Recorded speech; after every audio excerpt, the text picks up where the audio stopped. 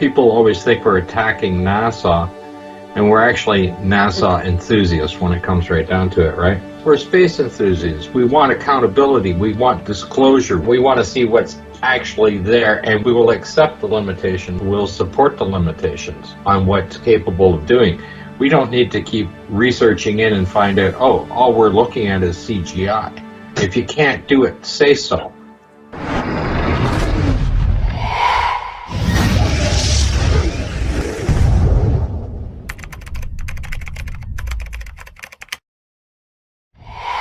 To keep our lovely subscribers, and we do appreciate our subscribers to the channel, I think it's time we told them a tall tale.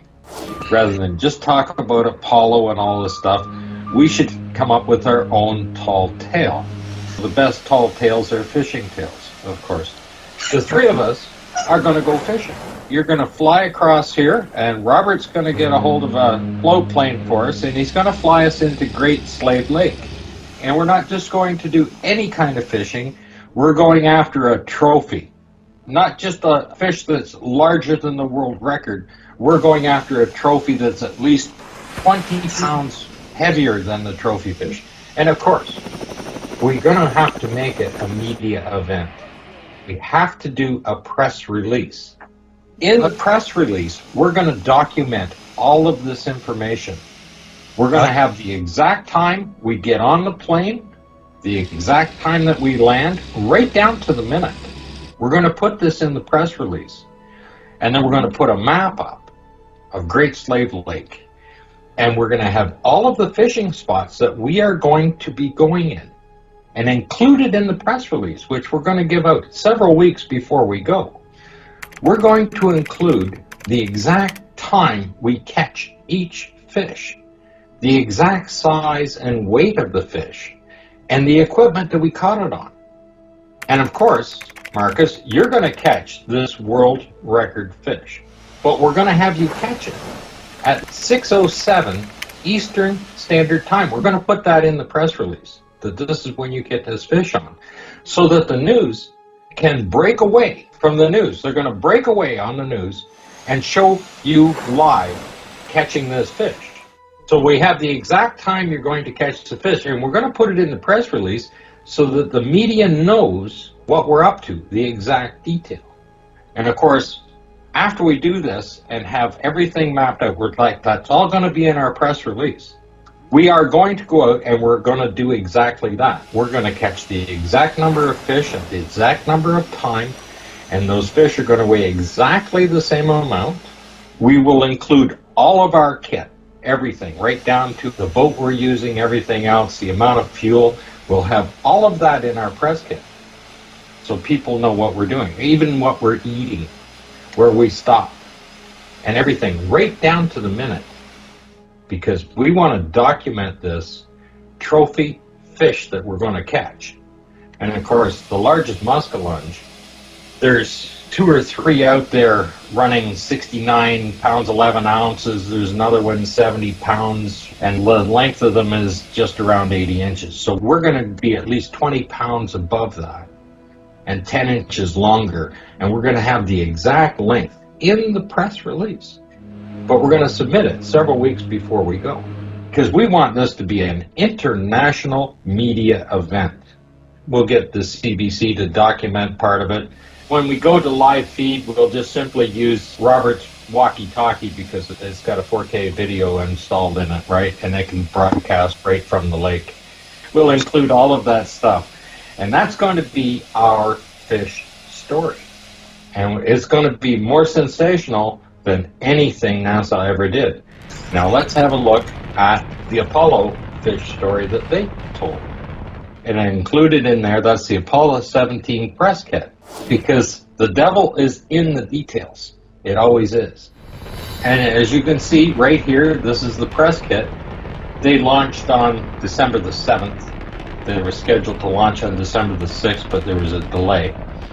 But they released this Sunday, November 26, 1972. So 2 weeks before, they released the press kit to the media on there. And we just make sure that they have all of this stuff. And then, included in the press kit, just like our fishing story, they include an awful lot of details. They're going to include nice little items like what it looks like out the commander's window. Of course. And not only that, they include additional details.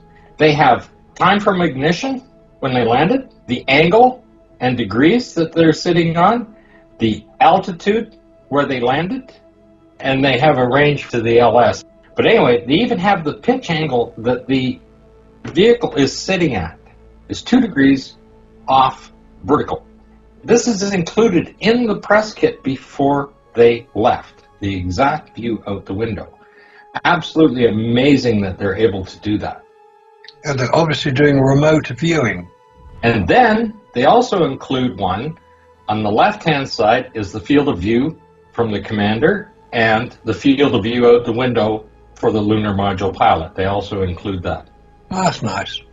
Very accurate. And then on top of that, they have the exact time for their activities, for all of the missions. And they already have their payload, they have their duration, they know exactly how long they're going to be on the lunar surface for, and it's already recorded as fact.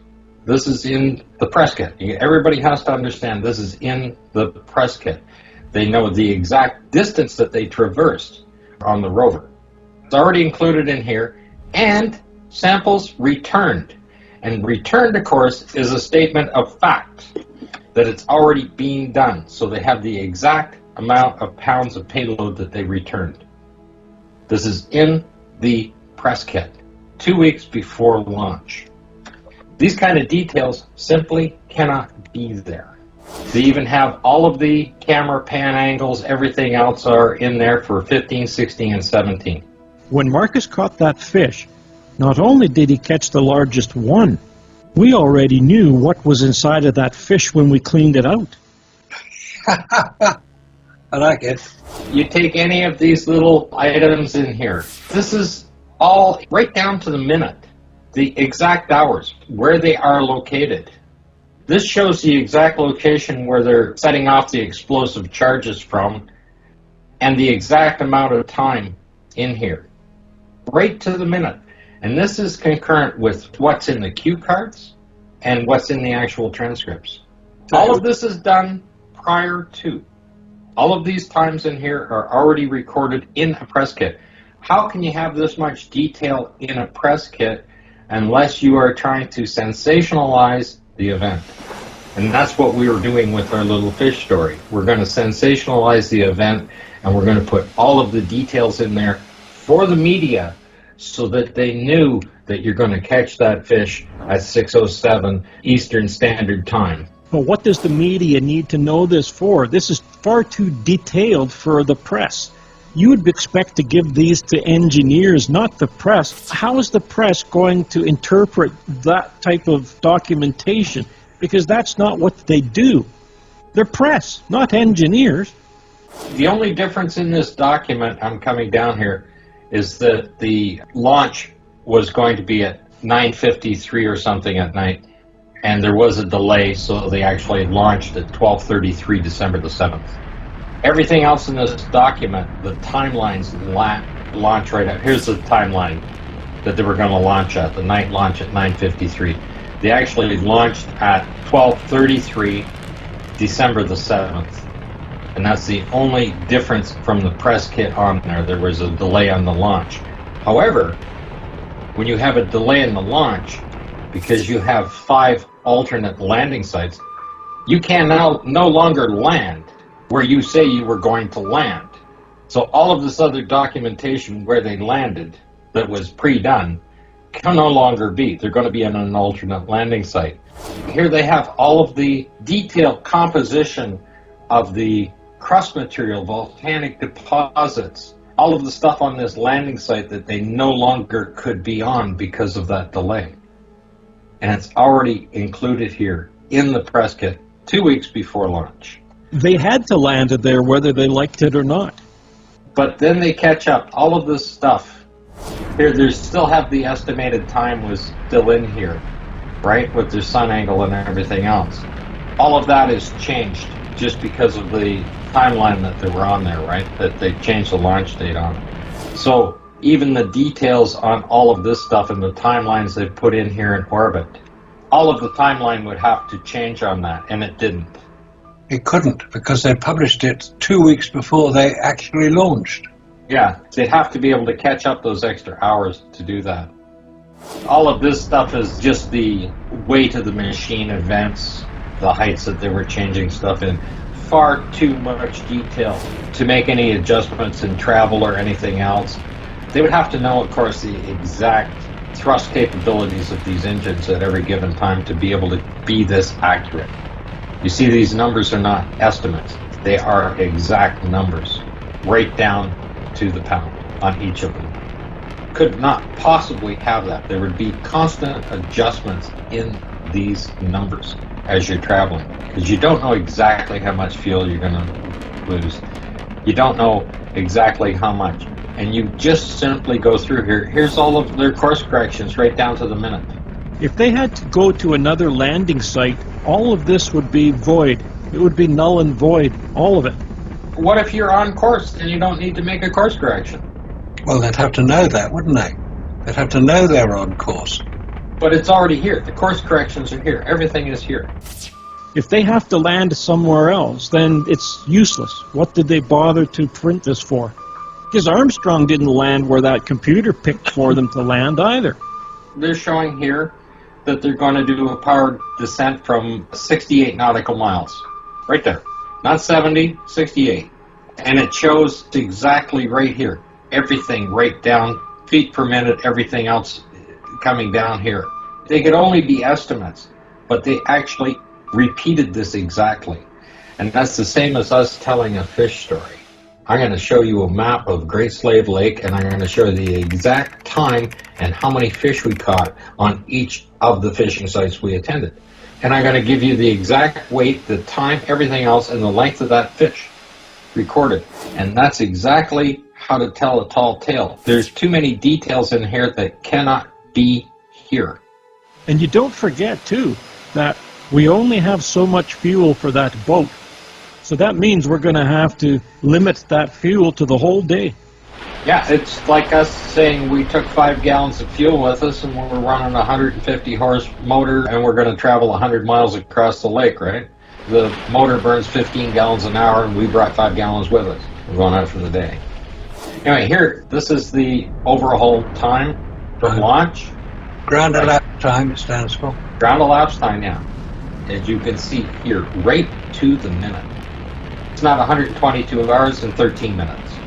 122 hours and 27 minutes when they do this. How would they know? They're guessing. It's interesting how it doesn't say ETA either. But it's in the press kit. These details are matching their transcripts. That's what the problem is. All of this stuff here. How did they know that they came back at 66.5 degrees? And on Apollo 16, they had it planned at 290, and the actual was 265. That's convenient. But this is the only one that says planned. These are actual. Yeah, that's true. And like I said, you get into these things and they're showing that. It doesn't say planned. This is the timeline, and it's actually the timeline that they followed. Their EVA hours, everything else is out there. So one could say that the press kits were a rough draft of the activities that the press, the world's press, would report on. And because the press all come from the same point, i.e. the press kit, they're all reporting the same thing. So it reinforces itself as being a real event. Whereas in fact it was all a fictional event because it couldn't happen the way that we are being told it did. Because there are so many variables with a rocket launch, a rocket going to the moon, allegedly, and all the activities that allegedly took place on the moon.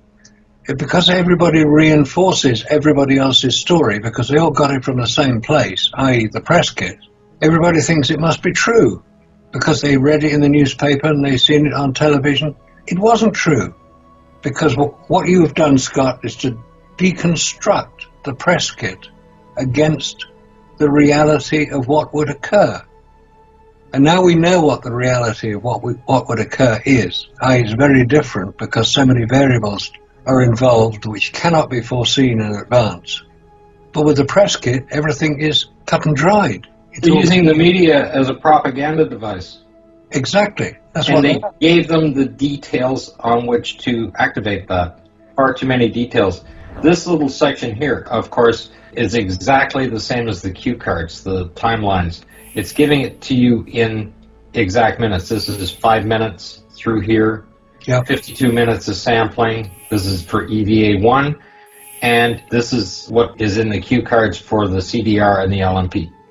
And then it goes through the next section for EVA2. These are the exact timelines that they're going to be out there, right to the minutes. Like you see it, it's 5 minutes, 21 minutes, 16 minutes, and 4 minutes, right?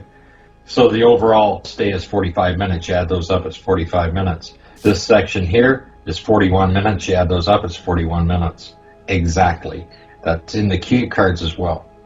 There's absolutely no way this information would need to be in a press kit. Don't forget, all this stuff was prepared. Look at on CBS on that transmission. Cronkites talking away, and they have all of these beautiful, already pre-made films of the lander coming down and touching down and the whole thing. So that must have been done at least 3-4 months before this even happened. So guess where they're getting all that from? The press kit. Yeah.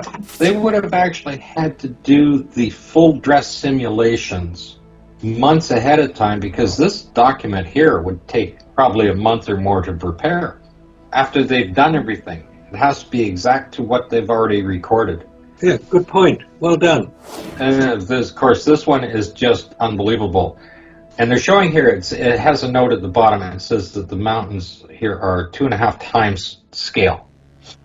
So they're not that high. But they show the building each section in, and then there's arrows here and here where you can slide the mountains up and down. If you took each one of these sections as being, say, 600 feet long, you've got 3 sections, so you've got 1,800 feet. You've got about 800 feet wide. And you set these in. You take a look at the Daytona racetrack. It is 2.5 miles around. This particular model here would fit inside half of Lloyd Lake. To build the banks on the Daytona track, because the groundwater is very close to the surface, right? They actually built a lake. Yeah, right. But does it need a subfloor as well? I didn't know the moon had a subfloor. That has to be the most ridiculous thing I've seen on that little diagram to date. You know what a subfloor is? Yeah, well, you're not going to find that on the moon. You're going to have subsoil, but not a subfloor. There's the Daytona track, right there. This lake is 3,000 feet long. This lake didn't exist. They had to dig out the dirt here to build the banks around the track. That diagram of the lunar landing site would be approximately the width of this lake and about half the length. That's all it would be. You see the height of these grandstands, they're a kilometer long right there. Just the grandstands going along here. This is without the budget that NASA had to build the Daytona track. They could move these. They're gantry cranes. You put those things on dollies. You could pick one of these sections up. You could frame them up just the same as they do the grandstands. They wouldn't even have to be as heavy a framing, because the grandstands have to hold all of that, the weight of the people up there, right? They could do the mapping on it, set them the sections into place, and you see they are in sections. Yeah. And they have arrows that you can slide them up and down and put them into place. Basically, looking at the photographs, how they blend them in, they just use a stone slinger and throw talus in here. And it says talus is there, and in here and there. See the T where it says talus for T? That's how they put it in. They just shot it in. They put these up. They built their subfloor, set all those in place. And then, of course, it even has an X where they're going to land on the set. And they have light mantle and dark mantle. All of that's included. It's basically instructions to the set builders. Why would it be included in a press kit? Because that was a mistake they made, and they didn't realize they'd made that mistake. They wanted to put so much detail in for the media that they included these types of things. And then, of course, they're going to include a so-called lunar mapping of it. and they use exactly the same terminology. They built these two things, and they're not full. This is just on the map, right? They just cut off the section of there that they're going to be filming in, but they're just showing the locations where the sculptured hills and everything else are. But again, they're using subfloor. This includes the scale. Now, their model scale will not be the same dimensions as this scale is, but they're including this detail once again. Yeah, because that scale is quite large. I mean, what are we talking, 5 kilometers? Yeah. It's quite big. It's certainly much different from the diagram they showed where the landing site would... What they built wasn't nearly as big as what they say they were going to build on, but when they're sitting in with the LEM in between the north and south massive, it's right there. They claimed that it was 3.5 miles each direction. It was like 7 miles across here. It's like 9 something kilometers, right? Which, if you take that scale, they've done the math on that. So they're sitting into that area. This is where all of their measurements are being based on their travel time with the rover, the length, and everywhere else that they put their map down to where they traveled to. There is another one here. That's the exact layout. I don't know how you'd manage to do that because you have no idea what's on the ground to be able to set it up like that. They're showing all of the stuff as if they had been finalized in the Apollo 17 kit. Far too much detail. This is done for media. If they want to talk about it, I'm sure. Here's the detail of each of the experiments. They're included. This is for the media to discuss, right? Which is why when we discuss this with people who consider that Apollo was real, what they're really doing is quoting from the press packs. That's right. The fact that they are inclusive and the transcripts that are now produced with the audio and everything else that they did, there was a hell of a lot of planning to get that all done beforehand. They would have had to do this full simulation well before. Yep. And of course, if you're doing it at Flagstaff, you don't want to be doing it in December. It could snow on you.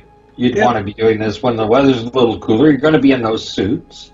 And of course, September it gets a little rainy, and of course you could end up with a wet flag. But you don't want to be doing it into the December months, like very close to the launch date.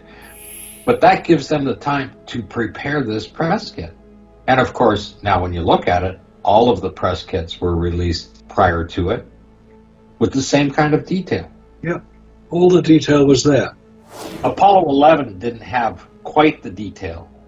I think they did it ahead of time and got all the photographs done and everything else. But I think some of the transmissions could have been done, say the president's phone call and stuff like that. Yeah. Would have been live simulation. I mean, they could be standing in the next building talking to the guy. They wouldn't, Yeah, they probably were. Interesting point about the Apollo missions themselves. We have Apollo 11, which is the one that everybody talks about, because it's the one that most people recall watching, because it was promoted so heavily. Apollo 12 didn't have any of that. Apollo 12 didn't have any discussions between astronauts, didn't have any of the information, because Al Bean had pointed a camera at the sun, we're told. So there was no television pictures. Apollo 13, well, we all know what happened there. That was a fake mission as well, but there was no landing on the moon. Then they had a big inquiry as to how they managed to get Apollo 13 back and all the rest of it. So by the time we get to Apollo 14, it's about 2 years after Apollo 11. Therefore, everybody has got lost interest, forgotten about it, because I haven't seen any more pictures. Apollo 14 comes along, and we get the golf ball and all the other nonsense that went on there. And then we have the rover for Apollo 15, 16, and 17. So there's a new point of interest. And by that time, they'd got the television sorted. They could show what was going on the lunar surface, allegedly, because they knew how to film it by now.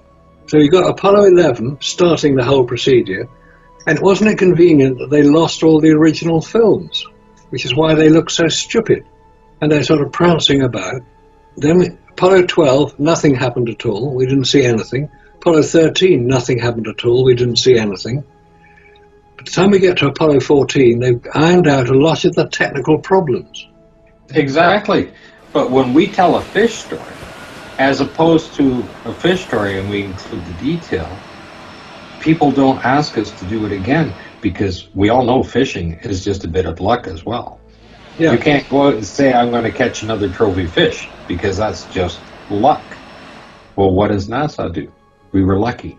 I think our fish story is better than theirs. We don't have to repeat it. Because we can't repeat it. How many people can now name any of the International Space Station astronauts off the top of your head? Probably none. Because all that was happening was they were being bigged up, and the PR activities were going haywire, because these were men of the new frontier, the frontier of space. So we needed to know who they were so we could identify with them. And then we're told in interminable detail what they did, allegedly, on the moon. So we can admire them for their incredible bravery and their commitment to fulfilling President Kennedy's challenge. Land a man on the moon before the decade is out and return him safely to the Earth. Did that ever happen? I doubt it very much. But we can be shown it happening, and the press kit can detail it in interminable detail as to what they did, where they did it, how they did it, even probably how they felt about it when they were doing it, because it was all written up beforehand. I had to make sure that the media had the details ahead of time. Like when you read the detail in the press kit, it includes the universities involved and the actual professors involved and the people from NASA involved in making these particular things happen. They could discuss it. They could discuss it in the media, but they actually have the timeline on which these events are occurring, which could not possibly be. What we're showing is they have completed the mission before launch. All of the details of the mission have been included in the press kit and released 2 weeks before launch. And nobody's thinking about this. Nobody's saying, how can you have that detail in there? How do you know what it's going to look like out the window? If you look at the real times for Apollo 17, though, I wonder how close they would be. I would imagine pretty close, because I remember seeing some of the times for Apollo 11, and I think they were pretty close, weren't they? I think it was Apollo 12 or something. We had them down within a minute at splashdown. Yeah, that's what I thought. It was one of them. Yeah, we looked up one that was that close. The cue cards themselves, though, that are also included in the press kit, those times are exact. They're exactly the same as the cue cards are. Not only did they practice with it, that's what they used to do the simulation itself to fake the moon landing. And then they go ahead and include them as a finished deal 2 weeks before launch. That's unbelievable. And people don't catch up to that. You can't say, here we did it. It's like us saying, we caught this trophy fish. And we're going to put it in a press kit. We're going to show you exactly on the lake what time we caught it at and how big it actually was, right down to the ounce and the weight of that fish. And we're going to release it before we catch it. The storyboard always comes before the movie, or sometimes it'll be worked in with the script. I mean, these things are all running parallel to each other as the movie is being put together.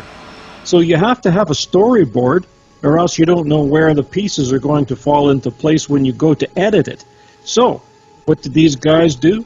Make a storyboard. This is a perfect example of it, because again, the press does not need that kind of information. All they need is the times to know when to cut in. That's it. They don't need anything else. That's a good point.